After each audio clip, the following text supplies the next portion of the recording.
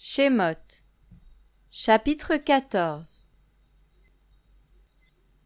Et Yahweh parla à Moshe et dit : Parle aux enfants d'Israël et dis-leur qu'ils se détournent et qu'ils campent devant Pi-Hahiroth, entre Migdol et la mer, vis-à-vis de Baal-Séphon.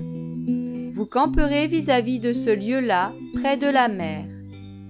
Pharaon dira des enfants d'Israël : Ils sont confus dans le pays, le désert les a enfermés. Et j'endurcirai le cœur de Pharaon, et il vous poursuivra.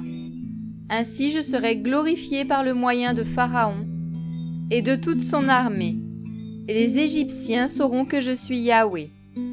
C'est ce qu'ils firent. Or, on avait rapporté au roi d'Égypte que le peuple s'enfuyait.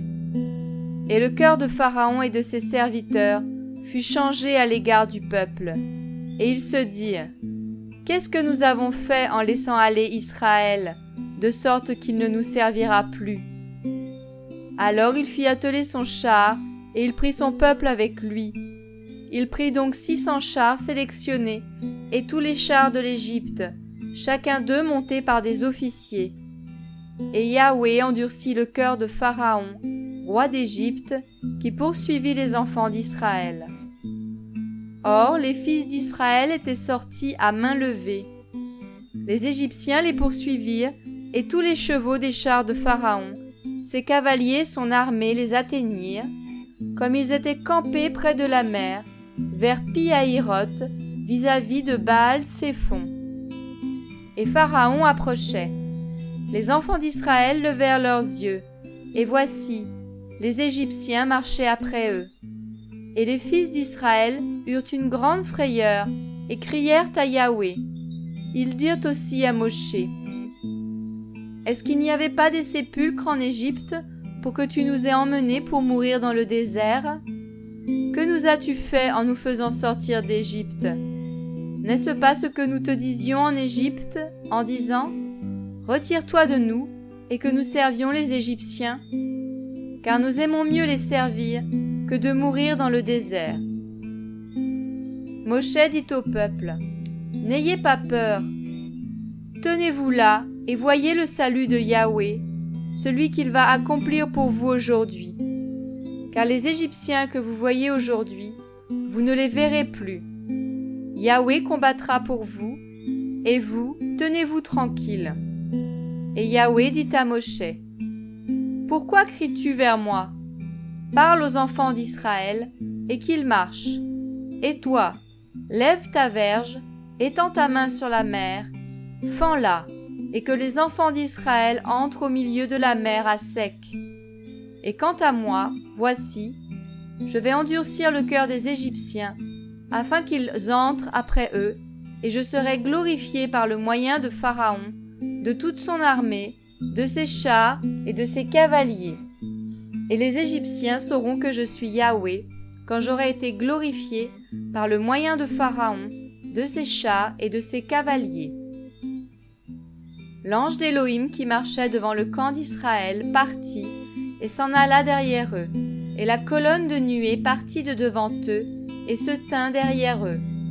Elle vint entre le camp des Égyptiens et le camp d'Israël. Elle était nuée et ténèbres, et elle éclairait la nuit. Ils ne s'approchèrent pas les uns des autres pendant toute la nuit.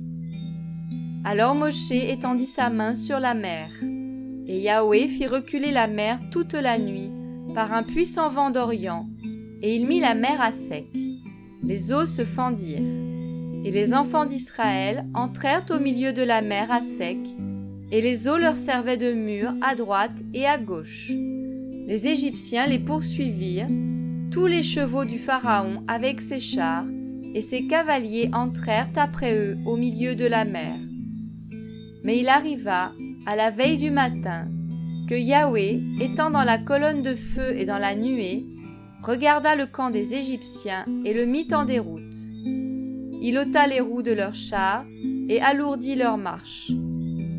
Alors les Égyptiens dirent : Fuyons de devant les Israélites, car Yahweh combat pour eux contre les Égyptiens. Et Yahweh dit à Moshe : Étends ta main sur la mer et les eaux retourneront sur les Égyptiens, sur leurs chars et sur leurs cavaliers. Moshe donc étendit sa main sur la mer et, vers le matin, la mer revint à sa place habituelle. Les Égyptiens, en fuyant, la rencontrèrent, et Yahweh se débarrassa des Égyptiens au milieu de la mer.